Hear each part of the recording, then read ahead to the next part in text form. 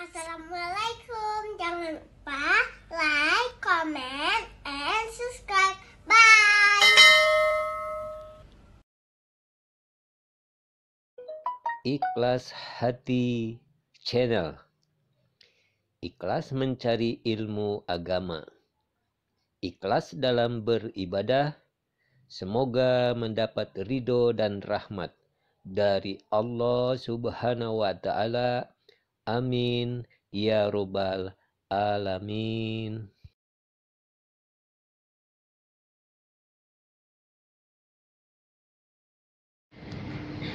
Bismillahirrahmanirrahim.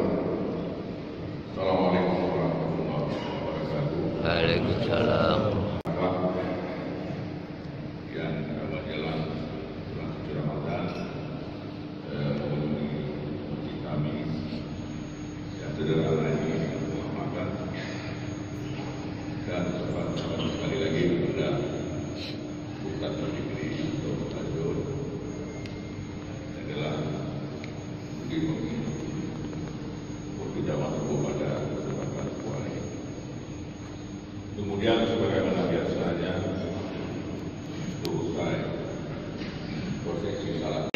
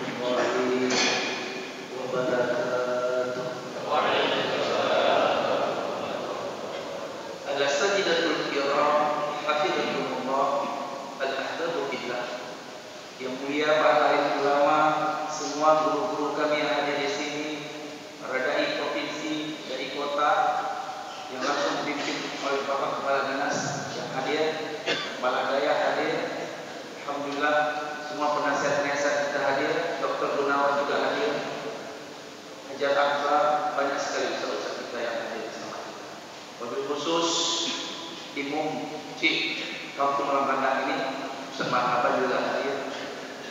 Ketua BKN serta pengurusnya Pak Muhammad yang luar biasa semangat terus ya, dipanjangkan umur ibadahnya, umur taatnya.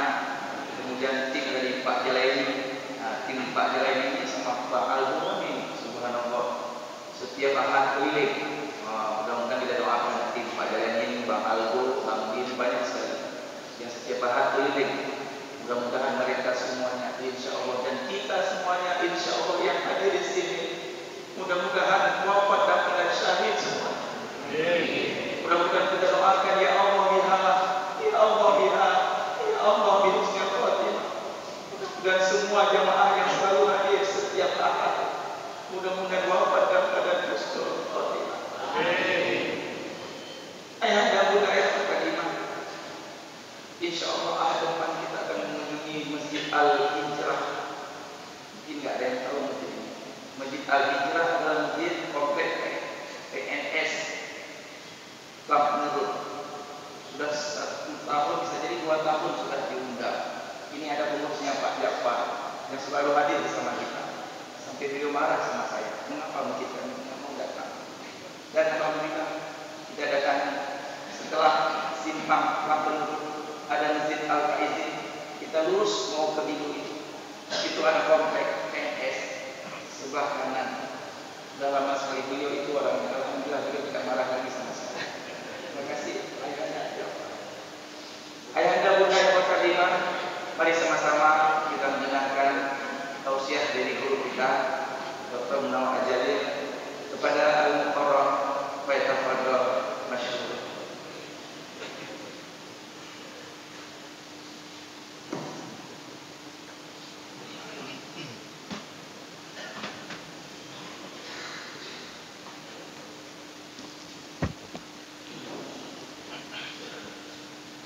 Bismillahirrahmanirrahim. Assalamualaikum warahmatullahi wabarakatuh.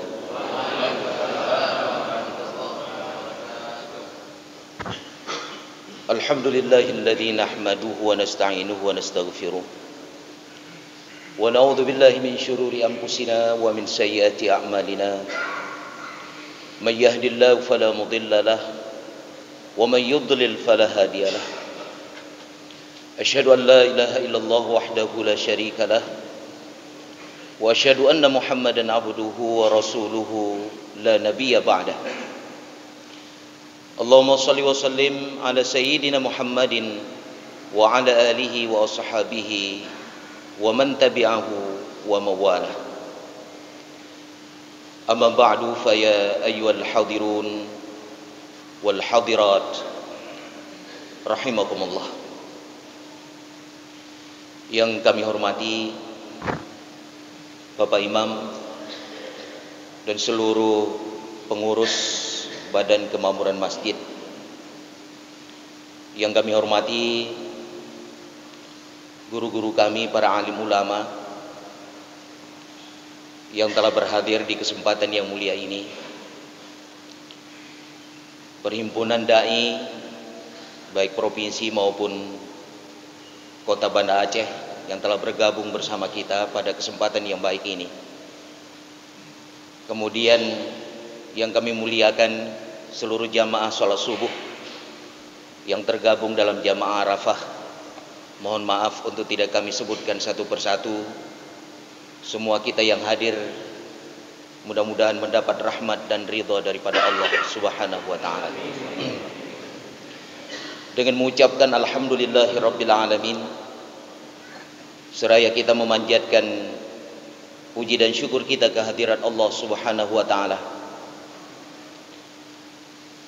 atas limpahan rahmat dan karunia-Nya sehingga kita telah dapat berhadir berkumpul di rumah Allah yang mulianya dalam rangka kita yang menunaikan sebuah perintah Allah, melaksanakan salat subuh secara berjamaah. Sabi-sabi dan mendoa kepada Allah Subhanahu wa taala agar seluruh rangkaian amal ibadah yang kita buat di dalam kehidupan kita diterima oleh Allah Subhanahu wa taala. Sejalan dengan itu kita menyampaikan doa selawat beriring dengan salam kepada junjungan alam Nabi besar Muhammad sallallahu alaihi wasallam, kepada keluarga dan sahabat beliau sekalian, dengan ucapan Allahumma salli wa sallim ala sayyidina Muhammadin wa ala alihi wa ashabihi ajmain. Bapak Ibu hadirin kaum muslimin jamaah salat subuh rahimakumullah. Bulan Rajab yang telah kita tinggalkan beberapa hari yang lalu memiliki keistimewaan dan keagungan tersendiri. Tepat 27 Rajab tahun ke-12 daripada kerasulan Nabi Muhammad sallallahu alaihi wasallam atau tahun 622 Masehi. Rasulullah Muhammad sallallahu alaihi wasallam diperjalankan oleh Allah dalam sebuah perjalanan yang luar biasa yang disebut perjalanan Isra dan Mi'raj. Perjalanan Nabi daripada Masjidil Haram ke Masjidil Aqsa di Palestina. Kemudian perjalanan berikutnya ke Sidratul Muntaha, tempat yang paling tinggi. Ribuan tahun sudah perjalanan Nabi ini terjadi perbedaan pendapat. Sebagian ulama mengatakan bahwa perjalanan Nabi dilakukan dalam keadaan beliau bermimpi. Artinya raga saja jiwa saja perjalanan Nabi, sementara raga atau fisiknya itu berada di kota Mekah. Logika pendapat daripada ulama ini bahwa hanya orang yang bermimpi sajalah yang dapat melakukan perjalanan yang jauh dengan rentang waktu yang sangat singkat. Perjalanan itu ditempuh oleh Nabi 7 sampai dengan 8 jam perjalanan. Beliau berangkat setelah Isya, kemudian kembali sebelum fajar menjelang. Kalkulasinya 7 sampai 8 jam perjalanan. Maka pendapat ini hadirin yang mulia adalah pendapat sebagian daripada ulama kita. Namun jumhur ulama berpendapat bahwa perjalanan Nabi melakukan Isra dan Mi'raj dalam keadaan sadar sesadar-sadarnya, meliputi jiwa dan raga.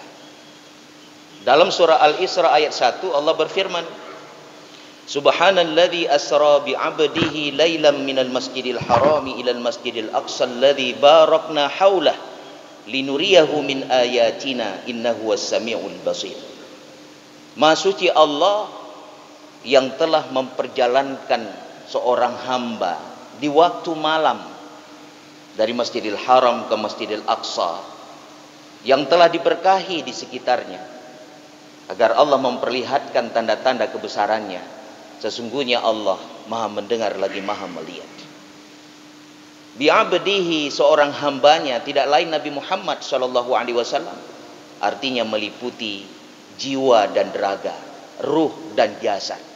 Maknanya hadirin yang mulia, perjalanan Nabi dilakukan meliputi jiwa dan raga beliau dalam keadaan sadar sesadar-sadarnya.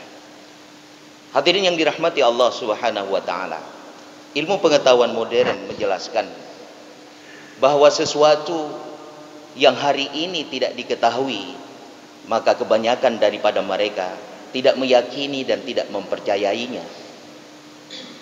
Konsep ilmu pengetahuan kita sebagai orang Islam yang beriman, yakin dan percaya tidak mesti kita ketahui. Kita yakin dengan Isra dan Mi'raj itu walaupun tidak bisa kita logikakan. Tapi konsep ilmu orang Islam yang beriman, percaya dan yakin tidak mesti kita ketahui. Ada tidak di antara kita hari ini yang tahu keadaan alam barzah? Yang tahu tentang kondisi di kuburan nanti? Ada tidak di antara kita barangkali yang sudah pernah meninggal masuk ke dalam alam barzah kemudian bangkit kembali menceritakan kondisi hal ikhwal di dalam alam barzah? Sampai detik ini barangkali tidak ada seorang manusia pun yang sudah bangkit dari alam barzahnya untuk menceritakan hal ikhwal terkait dengan alam kubur tersebut. Tapi kita yakin dan percaya walaupun kita tidak mengetahuinya tentang kondisi di dalam sana, tentang alam barzah, hari kebangkitan, titik sirat dan seterusnya. Itulah konsep ilmu pengetahuan kita sebagai orang Islam yang beriman. Percaya dan yakin itu tidak mesti kita ketahui. Berbeda dengan konsep ilmu pengetahuan modern. Orang-orang liberal meyakini ini, bahwa yakin dan percaya harus tahu terlebih dahulu. Maka mereka buat penelitian, buat kajian-kajian, buat pengamatan dan seterusnya. Tapi ilmu yang diberikan Allah Subhanahu wa taala kepada kita manusia hanya sedikit saja. Maka di dalam Al-Quran Allah Subhanahu wa taala menjelaskan banyak ayat. Allah menciptakan sesuatu, apa-apa yang tidak kamu ketahui. Banyak sekali Allah menjelaskan ayat itu, yang menjelaskan kepada kita bahwa kita sebagai makhluk termasuk manusia hanya sedikit saja pengetahuan kita. Maka ada satu teori ilmu pengetahuan modern namanya black holes. Black holes itu satu teori ilmu pengetahuan modern saat ini. Manusia hanya mengetahui terkait dengan alam ini 3% saja. 97% itu di luar kemampuan manusia. Kita mengetahui terkait dengan fenomena alam, pengetahuan-pengetahuan yang ada di sekitar kita, itu cuma 3% saja yang dapat kita ketahui. 97% di luar kemampuan kita sebagai manusia. Maka seorang filsuf daripada Jerman, Immanuel Kant, dia pernah mengatakan bahwa saya sempat menghentikan penelitian ilmiah saya. Saya sempat menghentikan penelitian ilmiah saya. Saya ingin memberikan waktu dan ruang sedikit saja kepada pikiran dan jiwaku agar aku meyakini dan mempercayai sesuatu. Dia menghentikan penelitian ilmiahnya, Bapak Ibu sekalian. Hanya ingin memberikan ruang dan waktu sedikit saja kepada pikiran dan akalnya agar dia bisa mempercayai sesuatu. Itu Immanuel Kant, seorang filsuf daripada Jerman. Dan banyak lagi ilmuwan-ilmuwan modern saat ini yang mereka juga memahami bahwa ilmu yang diberikan oleh Allah Subhanahu wa taala hanya sedikit saja kepada kita manusia. Maka dalam konteks ini hadirin yang mulia, peristiwa yang sangat agung yang dialami oleh Rasulullah sallallahu alaihi wasallam hanya boleh diyakini dengan keimanan ini. Dengan logika sederhana tidak mampu kita jangkau. Mana mungkin perjalanan Nabi yang begitu jauh ditempuh dalam durasi yang sangat singkat sekali. Ilmu pengetahuan modern juga telah menjelaskan jarak bumi dengan matahari itu lebih kurang 149.600.000 kilometer. Jarak bumi dengan Pluto, planet yang terjauh letaknya dengan bumi, itu 5.910.000.000 kilometer. Sementara teori ilmu pengetahuan modern sampai saat ini belum mampu mengetahui untuk jarak antara bumi dengan langit, apalagi bumi dengan tempat yang paling tinggi, yaitu Sidratul Muntaha. Maka lagi-lagi peristiwa Isra dan Mi'raj ini kita yakini dengan keimanan tadi. Pendekatan imanilah yang membenarkan peristiwa Isra dan Mi'raj itu terjadi. Maka tidak heran ketika Nabi Muhammad SAW pulang dari perjalanan tersebut, beliau menyampaikan kepada masyarakat di kota Mekah bahwa beliau telah menempuh perjalanan yang jauh. Urang-urang yang bantamong Islam na yang murtad kembali di saat itu. Iman mereka belum teguh, iman mereka belum kuat, malah ada yang murtad kembali. Apalagi kafir musyrik yang sungguh mereka tidak mempercayai peristiwa itu, sampai-sampai kemudian mereka memberikan stigma, gecap Nabi sebagai urang pungo dan sebagainya, tidak waras dan seterusnya. Begitulah stigma-stigma yang diberikan kepada Nabi Muhammad SAW dari orang-orang kafir di kota Mekah. Orang-orang yang baru masuk Islam di saat itu, ada yang murtad kembali karena peristiwa ini memang tidak bisa dilogikakan dengan pikiran manusia. Hanya pendekatan iman saja yang bisa meyakini peristiwa ini berlaku. Hadirin yang mulia, jarak Mekah Palestina yang lebih kurang 1.500 meter, 1.500 kilometer. Mekah Palestina, Masjidil Haram ke Masjidil Aqsa 1.500 kilometer. Secara lazim perjalanan orang Arab dengan menggunakan unta dan kuda 1 bulan perjalanan untuk pergi dan 1 bulan perjalanan untuk pulang. Bahasa gedanya jakwo 2 bulan dengan mengendarai unta ataupun kuda. Bayangkan hadirin yang mulia, Nabi lagi-lagi saya katakan melakukan perjalanan hanya 7 sampai dengan 8 jam perjalanan. Jadi luar biasa. Karena kenapa? Karena Nabi Muhammad SAW diperjalankan oleh Allah Subhanahu wa taala. Hadirin yang dirahmati Allah, jamaah salat subuh yang dimuliakan. Kemudian yang kedua, ketika Nabi Mi'raj ke Sidratul Muntaha, perjalanan Nabi daripada Masjidil Aqsa menuju ke tempat yang paling tinggi, yaitu Sidratul Muntaha. Ada satu episode menarik ketika Nabi Muhammad SAW Mi'raj ke Sidratul Muntaha. Dan pada kesempatan ini, episode menarik ini yang mesti kita renungkan. Ternyata Nabi Muhammad SAW ketika Mi'raj ke Sidratul Muntaha sempat mendengar gemuruh tasbih, gemuruh tahmid, dan doa malaikat pemikul arasy bagi orang-orang yang beriman. Beliau mendengar doa ini sebelum beliau melihat dan menatap wajah malaikat Jibril alaihi salam secara langsung, menatap wajah Jibril alaihi salam dalam bentuk yang sebenarnya, dalam bentuk yang asli. Juga dalam surah An-Najm oleh Allah Subhanahu wa taala, "Wa laqad ra'ahu nazlatan ukhra inda sidratil muntaha indaha jannatul ma'wa." Sungguh Nabi Muhammad sallallahu alaihi wasallam melihat Jibril dalam bentuk yang sesungguhnya di tempat yang lain, di waktu yang lain, yaitu di Sidratul Muntaha, yang di sekitarnya itu ada syurga tempat tinggal. Maka sebagian ulama ayat ataupun dalil yang menjelaskan bahwa Nabi mi'raj ke Sidratul Muntaha itu menggunakan beberapa ayat yang terdapat di dalam surat An-Najm seperti yang telah kita sampaikan tadi. Karena Nabi Muhammad melihat wajah asli daripada Jibril alaihissalam itu di Sidratul Muntaha, yang di sekitarnya itu ada syurga tempat tinggal, yaitu Jannatul Ma'wa. Kita tidak mendengar doa itu, dan kita tidak punya kemampuan untuk mendengar doa tersebut sampai dengan detik saat ini.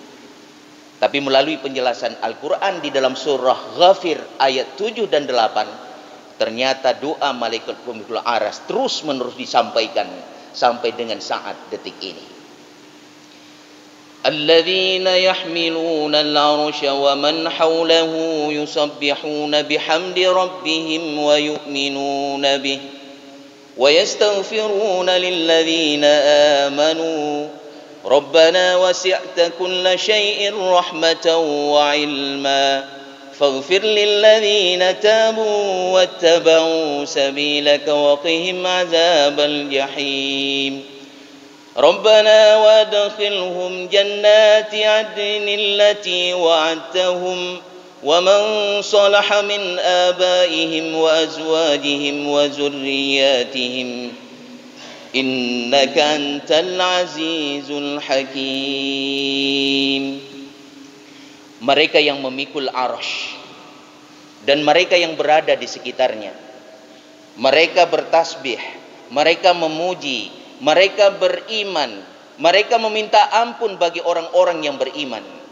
Wahai Tuhan kami, dengan rahmat dan ilmu-Mu yang meliputi segala sesuatu, ampunilah dosa-dosa orang yang bertobat, dosa-dosa orang yang kembali ke jalan-Mu. Peliharalah mereka dari siksaan api neraka. Wahai Tuhan kami, masukkan mereka ke dalam syurga Adnin sebagaimana yang telah Engkau janjikan bagi mereka, bersama dengan orang-orang saleh di antara bapak mereka, pasangan mereka, dan seluruh keturunan mereka. Sesungguhnya Engkau Maha Perkasa lagi Maha Bijaksana. Hadirin yang mulia, doa malaikat pemikul arsy tersebut paling kurang ada 2 poin utama. Yang pertama, sampai dengan saat ini ternyata masih ada orang yang didoakan oleh malaikat pemikul arsy. Kemudian yang kedua, mereka yang didoakan agar dimasukkan ke dalam syurga bersama dengan seluruh keturunan mereka. Pertanyaan kita kemudian, siapa gerangan yang beruntung dan siapa gerangan yang mendapatkan doa malaikat pemikul arsy tersebut? Al-Quran menjelaskan karakteristiknya. Yang pertama, hadirin yang mulia, adalah orang-orang yang kembali ke jalan Allah Subhanahu wa ta'ala. Itulah orang-orang yang mendapat doa malaikat pemikul arsy hingga detik saat ini. Kita sebagai makhluk yang bernama manusia, pada hakikatnya Allah Subhanahu wa ta'ala menciptakan kita dalam keadaan fitrah, dalam keadaan yang penuh dengan kesucian. Kemudian Allah Subhanahu wa ta'ala menciptakan kita sebagai makhluk yang bernama manusia dalam keadaan yang penuh dengan kelemahan dan kekurangan. Terkadang dalam perjalanan hidup kita terpedaya oleh hawa nafsu. Kita terpedaya dan tergoda dengan bisikan setan, sehingga kita mengabaikan bisikan hati nurani, bisikan daripada fitrah itu sendiri. Melalui hati nurani, fitrah itu membisikkan kepada kita agar kita selalu dalam ketaatan, melakukan kesalehan, amal soleh, kebaikan-kebaikan di dalam kehidupan ini. Namun lagi-lagi kita mengabaikan bisikan fitrah tersebut. Fitrah pula yang menegur kita, hadirin yang mulia. Apakah kita memilih dunia dengan pesona, dengan gemerlap yang ada di dalamnya, dengan melanggar hukum, mengabaikan janji dan amanah, ataupun kita tetap istiqamah dalam menjalankan perintah Allah Subhanahu wa ta'ala? Fitrahlah yang menegur kita. Fitrah itu pula hadirin yang mulia yang membuat hati ini bergetar ketika firman Allah dibacakan. Fitrah pula yang membuat salat kita menjadi khusyuk. Fitrah pula yang membuat hati kita terenyuh ketika kita melihat penderitaan dan kesedihan orang lain. Namun lagi-lagi kita mengabaikan bisikan fitrah itu akibat daripada kelemahan kita sebagai manusia. Maka beruntunglah hadirin yang mulia orang-orang yang sadar dengan kelemahan itu. Orang-orang yang sadar dengan kekeliruan tersebut, kemudian mereka taat kembali kepada Allah Subhanahu wa taala. Mereka menutup catatan masa lalu yang penuh dengan catatan hitam. Kemudian dia membuka lembaran baru kehidupan dengan amal soleh, dengan kembali kepada Allah, taat kepadanya, melaksanakan perintah dan meninggalkan seluruh larangan-larangan Allah. Alhamdulillah, sampai dengan detik saat ini mereka didoakan oleh malaikat pemikul arash agar dimasukkan oleh Allah ke dalam syurga bersama dengan seluruh keturunan mereka. Hadirin yang mulia, Al-Quran menjelaskan orang yang baik itu bukan orang yang tidak pernah berbuat kekeliruan di dalam hidupnya, bukan orang yang tidak pernah berbuat salah, tapi sadar dengan kesalahannya. Kemudian mereka mengingat Allah, meminta ampun kepadanya. Kemudian mereka berjanji tidak akan mengulangi perbuatan yang sama di masa-masa mendatang. Orang yang baik, kata Allah, bukan orang yang tidak pernah bermaksiat, hadirin. Bukan orang yang tidak pernah tersesat di dalam kehidupannya. Tapi orang yang baik, kata Allah, orang yang terus-menerus berupaya mencari hidayah Allah Subhanahu wa taala hingga mereka kembali ke jalannya. Manfaat tengku hidayah di majelis ta'lim. Mantengku pat hidayahnya di masjid. Pat tengku hidayahnya di musola, di menasah-menasah. Maka oleh karena itu, makmurkan masjid, makmurkan musola, makmurkan menasah-menasah yang nadi gampung.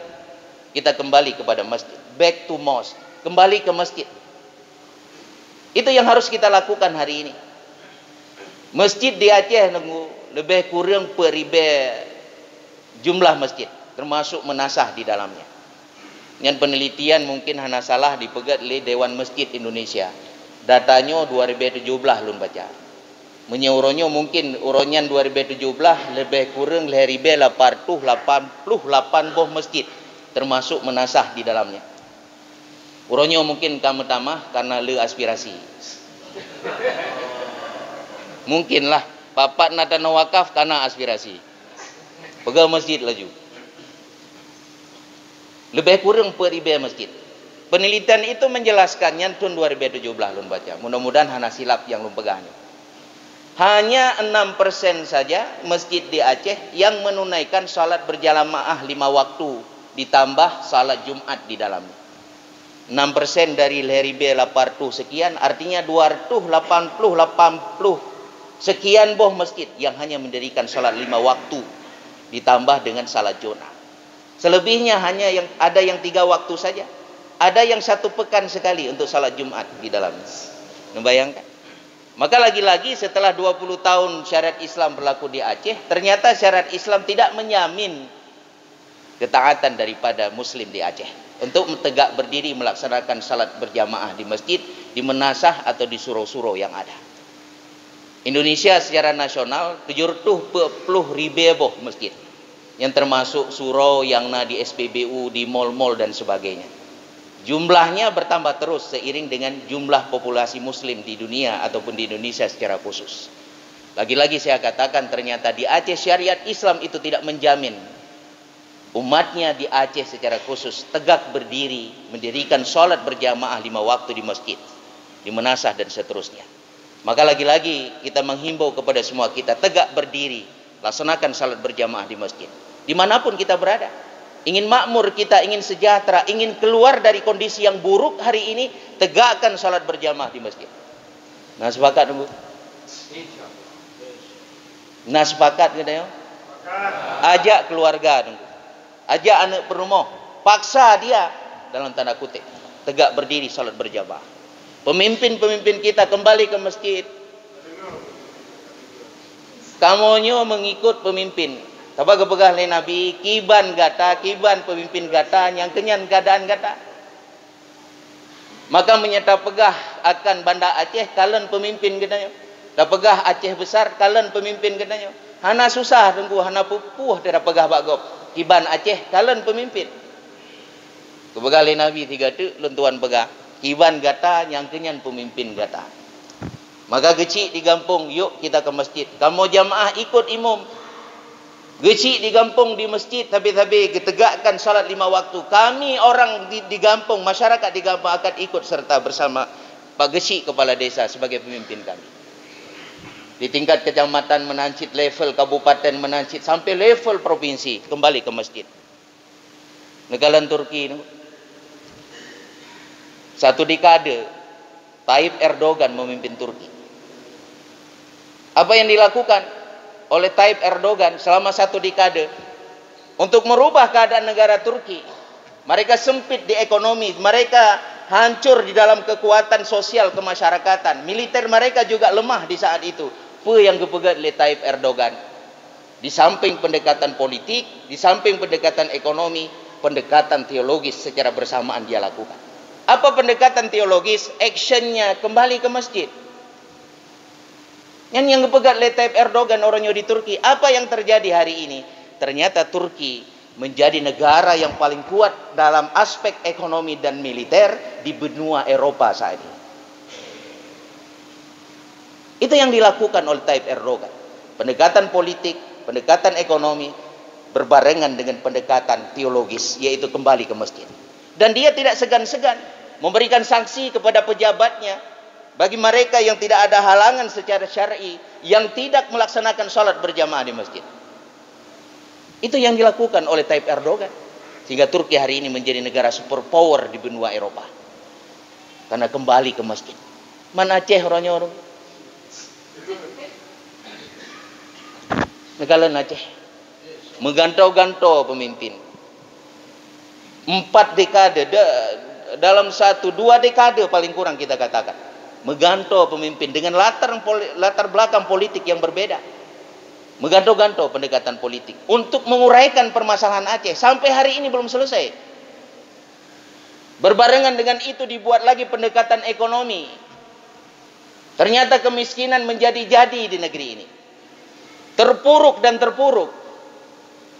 Apa yang tercecer? Pendekatan teologis. Actionnya adalah kembali ke masjid. Itulah yang diingatkan oleh Nabi Hud alaihissalam kepada kaumnya, yaitu kaum Ad. Wa anistaghfiru rabbakum thumma tubu ilaihi yuma'tikum mata'an hasanan ila ajali musamma. Gepeingat oleh Nabi Hud alaihissalam kepada kaumnya, kaum Ad, hendaklah kalian memohon ampun kepada Tuhan kalian, kemudian kalian bertobat kepadanya agar Allah memberikan kebaikan secara terus-menerus kepada kalian hingga batas waktu yang telah ditentukan, ila ajali musamma. Geganto kondisi yang buruk urang Ad menjadi kondisi yang baik. Keterpurukan geganto oleh Allah dengan kemakmuran. Kenestapaan geganto oleh Allah Subhanahu wa taala dengan kebahagiaan yang terus-menerus ila ajali musamma, sampai dengan batas waktu yang telah ditentukan. Maka ingin makmur, ingin sejahtera dan ingin bahagia, nanggronyo hadirin yang berbahagia, pemimpin Ban Mandum kembali ke masjid. Hanale wate ada pakai untuk masjid hadirin yang berbahagia. Paling kurang 10 menit sabah wate salat. 10 menit kita gunakan waktu hanya untuk salat. Bayangkan, sisihkan waktu untuk masjid hanya 10 menit saja, satu waktu salat. Di sana mungkin ada zikir, ada doa-doa dan sebagainya. Maksimal 10 menit saja dalam waktu salat. Sisihkan waktu untuk masjid. Makmurkan dia agar Allah Subhanahu wa taala menggantikan keadaan yang buruk ini menjadi keadaan dengan kondisi yang lebih baik. Menyahana tunggu sampai kiamat dunia Aceh lagi yang tapi. Betul lagi lomba. Yang gatin mukuin laju lam tapi, yang kaya mangat dengan laju lan dikai. Kondisi kemiskinan hari ini luar biasa. Jurang pemisah si kaya dengan si miskin semakin menganga lebar. Ini kondisi terkini hari ini. Kadang-kadang ada media yang tidak mau mempublikasi perkara ini agar masyarakat Aceh tidak tahu kondisi real di Aceh. Ino tak salah data BPS statistik Aceh, kadi pegah datanya macam-macam, nyan real tunggu. Tanyo tajak dari Sabang terutama yang saya sampaikan dakwah, takalan kondisi real masyarakat. Yang dipegah oleh PPS yang betul secara data. Pengangguran semakin menjadi-jadi. Di mana pemimpin kita untuk menguraikan permasalahan itu? Tugas mereka itu menguraikan permasalahan yang terjadi. Itu tanggung jawab sebagai pemimpin. Membaca dalam siasat syariah politik-politik Islam, ulama politik Islam menjelaskan kehadiran pemimpin di tengah masyarakat untuk menyelesaikan permasalahan masyarakat agar masyarakat itu mendapatkan kemaslahatannya. Itu salah satu tanggung jawab yang luar biasa yang digariskan oleh ulama politik Islam atau ulama siasat syariah. Yang tanggung jawab katanya, nyorongnya banyak-banyak jika pemimpin. Gede petugasan membacut, kewenangan dan tanggung jawab. Pertanggungjawaban dia tidak hanya di dunia ini, pertanggungjawaban nanti di akhirat. Itu tanggung jawab pemimpin. Maka oleh karena itu hadirin yang berbahagia, kita kembali ke masjid. Semua kita, selevel pemimpin semua kembali ke masjid agar Allah Subhanahu wa taala merubah kondisi kita dari keterburukan menjadi kemakmuran, dari kenestapaan. Semoga Allah Subhanahu wa taala mengantarkan kita kepada kebahagiaan insyaallah. Anda ngali ya. Kemudian yang kedua dan yang terakhir. Pesan Ustazul be panjang tahan 25 menit mentang. Lupa gailun 25 menit. 25 menit setengah lah Pak Ustazul. Kamu pendakwah Pak Jul. Menyekah naik krem-krem berarti mendangi dengar. Menyekah krem-krem kem keno kem gedenya gaji cok delok Pak Jul. Nasi kode alam meno kalang-kalan Pak Jim. Najim mina. Dia kedua nak gedek. Yang kode alam ke pendakwah. Yang gaji trene juga. Yang kedua, karakteristik orang-orang yang mendapat doa malaikat pemikul arash adalah orang-orang yang menghiasi hidupnya dengan iman dan amal soleh, kemudian diteruskan oleh keluarganya dengan iman dan amal soleh pula. Di dalam Al-Quran Allah menceritakan banyak ayat bagaimana kehidupan kita nanti di akhirat. Allah akan menghimpun kita dengan seluruh pasangan, dengan seluruh keturunan kita. Maka di dalam surah Az-Zukhruf ayat 70 Allah berfirman, Udkhulul jannah antum wa azwajukum tuhbaru. Masuklah olehmu ke dalam surga, kamu semua dengan pasangan kamu untuk digembirakan. Maka Abdullah ibnu Abbas meriwayatkan sebuah hadis yang dikeluarkan pula oleh Imam At-Tabrani. Rasulullah Muhammad SAW bersabda, ketika seorang laki-laki nanti masuk ke dalam surga, dia bertanya kepada Allah, Ya Allah, mana orang tuaku, mana pasanganku, dan mana seluruh keturunanku? Kemudian Allah mengatakan bahwa amal mereka di bawah derajat amal ibadahmu. Kemudian lelaki itu mengatakan, Ya Allah, ketika di dunia aku beribadah kepada diriku dan kepada mereka.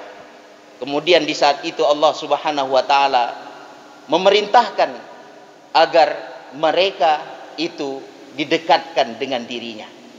Artinya Allah Subhanahu wa taala menyusulkan seluruh keturunannya kepada dirinya. Kemudian Abdullah ibnu Abbas membaca surat At-Tur ayat 1. Yang maksud daripada ayat itu hadirin yang mulia, orang-orang yang beriman, kemudian keturunan mereka beriman seperti dia, maka Allah Subhanahu wa taala akan menyusulkan mereka bagi dirinya tanpa sedikit pun Allah mengurangi pahala daripada amal yang mereka lakukan. Ada orang yang mengatakan hadirin yang mulia, bahwa di akhirat nanti tidak ada lagi pertemanan. Di akhirat nanti tidak ada lagi persahabatan silaturahim, tidak ada lagi jual beli. Kita tidak lagi mengenal pemimpin-pemimpin kita, kita tidak lagi mengenal keluarga kita. Kita akan dibalas oleh Allah Subhanahu wa taala sesuai dengan amal yang kita lakukan. Pertanyaannya, mana mungkin Allah akan mempersatukan kita di tempat yang sama sementara derajat amal kita berbeda-beda. Allah Subhanahu wa taala berfirman di dalam surah Az-Zukhruf ayat 67. Al-akhillau yawma idzin ba'duhum bi ba'din aduwwun illal muttaqin. Persahabatan, pertemanan, hubungan-hubungan yang kita bangun ketika hidup di dunia akan menjadi musuh di saat itu, akan menjadi musuh di hari akhirat, kecuali mereka yang bertakwa kepada Allah Subhanahu wa taala. Memang di sana tidak ada lagi silaturahim. Memang di sana tidak ada lagi hubungan. Di sana itu kita tidak lagi mengenal emak bapak kita. Di sana itu tidak ada lagi silaturahim. Tapi itu berlaku bagi orang-orang kafir. Nyan berlaku tungku bagi orang-orang yang senantiasa bermaksiat ketika hidup di dunia. Bagi gedanyo yang bermandumnyo bertakwa kepada Allah Subhanahu wa taala, yakin dan percaya nanti di akhirat Allah akan menghimpun kita di tempat yang sama. Kita membangun persahabatan dengan dasar takwa, kita akan dihimpun kembali dengan persahabatan nanti di akhirat. Kita bangun persahabatan kita dengan dasar takwa, kita akan dihimpun oleh Allah Subhanahu wa taala di tempat yang sama. Maka ada sepasang suami istri mengatakan, hanya maut yang memisahkan kita. Sering kita mendengar kalimat itu, apalagi pengantin baru. Aida pikir kan. Hanya maut yang memisahkan kita. Tapi pasangan suami istri yang taat, yang bertakwa kepada Allah Subhanahu wa taala, bukan kalimat itu yang keluar daripada mulutnya. Bukan kalimat hanya maut yang memisahkan kita. Kalimat peci yang ditebit dari babah itu, bahkan maut pun tidak bisa memisahkan kita. Nyandakan bapak pasangan Ustazul. Dan bahkan maut pun tak bisa memisahkan kita, sayangku. Kira-kira benar. Kenapa kita yakin dan percaya ketika nanti kita meninggal dunia, kita akan dipertemukan kembali oleh Allah Subhanahu wa taala. Kita sedih secara manusiawi, orang-orang yang kita cintai meninggal dunia, mendahului kita. Emak bapak kita meninggal dunia, sedih secara manusiawi. Kakak kita, keluarga kita meninggalkan kita, sedih. Manusiawi, karena mereka orang-orang yang kita cintai. Tapi yakin dan percaya, kita akan dipertemukan kembali nanti di akhirat dengan orang-orang yang kita cintai itu, dengan syarat utama takwa kepada Allah Subhanahu wa taala. Maka ngen gedanyo tabina hubungan di dunia bekna kepentingan tu. Tamangan dunianyo bek karena kepentingan. Bahkan kamangan ngenji kepala dina. Pegang kemanganji kontraktor. Jadi bek karena na kepentingan gedanyo tamangan tak ada bersahabat. Baik karena kepentingan sesaat kita itu bersahabat di dunia. Cinta dan musuhilah teman kita itu karena Allah Subhanahu wa taala. Bertemu dan berpisah itu pun karena Allah Subhanahu wa taala. Karena katanya dalam persahabatan menurut kepentingan nunggu. Nyan kondisi real yang kita kalan. Jaman wate katanya menjabat, betakeun bak jaro bak singke dihicum. Betul ya lagi lomba. Bedakan baca roh bapa lihat tunggu, bapa tingkah dihicum karena nak kepentingan. Lehnyan miduri dan le, tengingi dan betago mesti tidur dadu. Mau permendan, karena tambangan dasar kepenting. Karena Allah Subhanahu wa taala yakin dan percaya tinggal dipertemukan kembali dengan dasar takwa itu dengan orang-orang yang kita kenal selama hidup kita di dunia. Persahabatan itu akan terjalin kembali. Maka syarat utama adalah takwa kepada Allah Subhanahu wa taala yang kita wujudkan dalam bentuk iman dan amal soleh. Iman sama-sama kita ketahui. Amal soleh itu di samping sifatnya pribadi, ada amal soleh yang sifatnya itu sosial. Amal pribadi, zikir kita di tengah malam, i'tikaf kita di masjid, tahajud kita di tengah malam, semua itu pribadi sifatnya. Manfaatnya hanya untuk kita, keuntungannya hanya sedikit saja. Tapi ibadah sosial yang kita lakukan, ganjarannya itu jauh lebih besar daripada ibadah pribadi yang kita lakukan. Maka selama masa hidup, sisa-sisa usia kita yang masih diberikan oleh Allah Subhanahu wa taala, bekerjalah untuk umat. Bekerjalah kita untuk masyarakat. Bekerjalah kita untuk membangun dan menegakkan kalimat hak la ilaha illallah Muhammadar Rasulullah. Apapun kapasitas kita, apapun profesi kita, tegakkan kalimatul haq. La ilaha illallah Muhammadar Rasulullah. Nikmat yang sangat besar hadirnya mulia. Ketika kita menjelang ajal, mampu membaca kalimat ini. Kalimatul haq, la ilaha illallah Muhammadar Rasulullah. Mudah-mudahan kita yang hadir mendapatkan nikmat yang paling besar itu.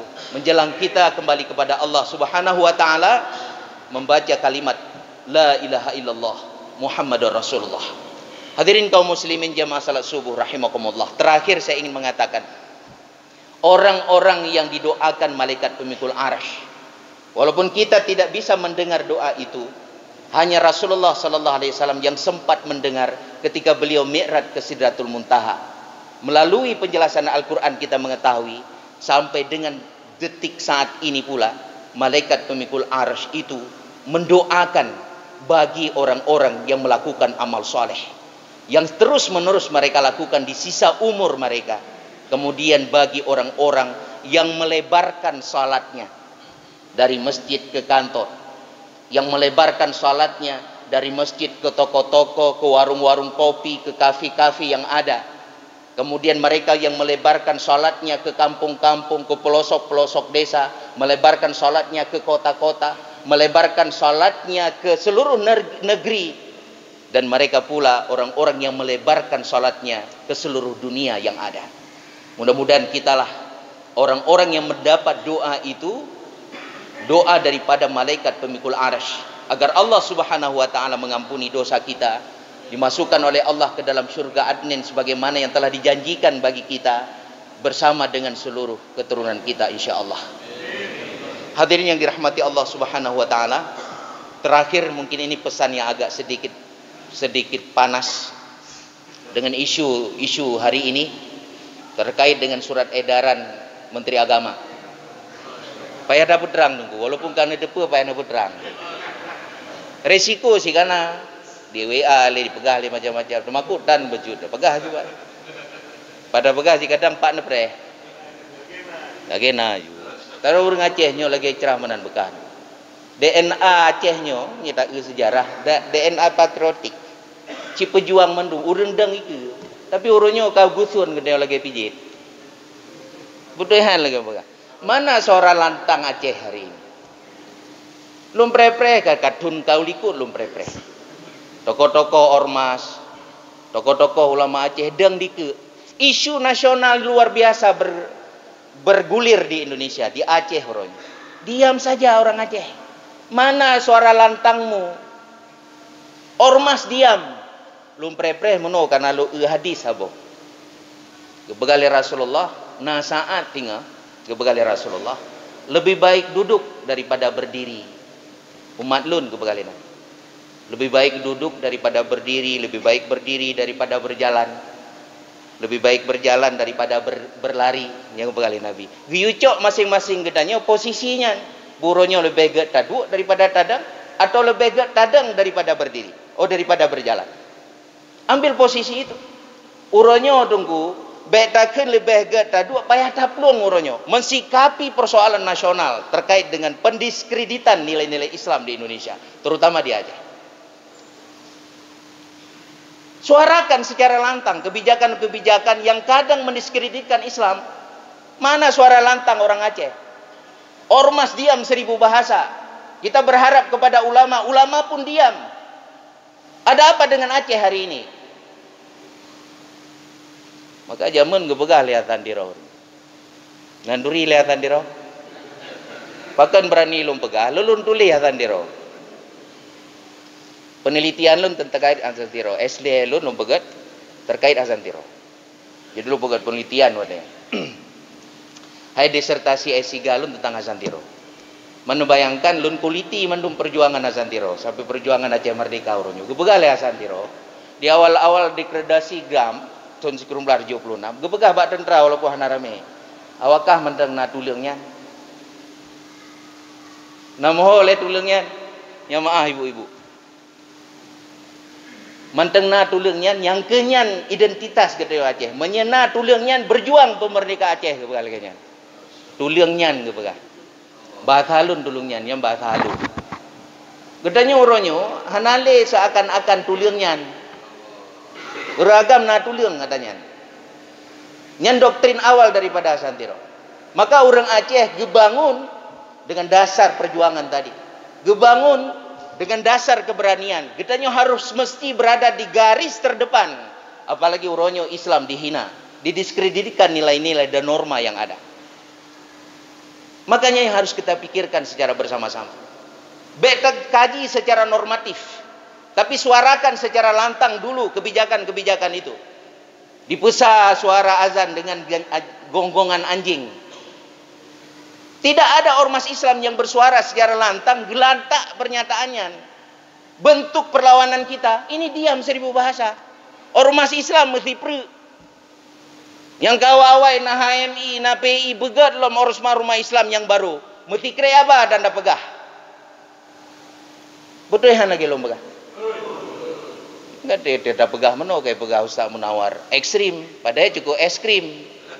Mameh luar biasa. Maka itu yang sangat penting hadirnya mulia. Menyahana lagi tapi Islam. Hanaso yang lawan hadirnya mulia. Maka sigatik luntuan pegah. Agar Allah Subhanahu wa taala memberikan nikmat terbaiknya di saat ajal menjemput nanti. Tegakkan kalimatul haq di muka bumi ini. La ilaha illallah Muhammadur Rasulullah. Hadanallahu yakum ajmain. Assalamualaikum warahmatullahi wabarakatuh.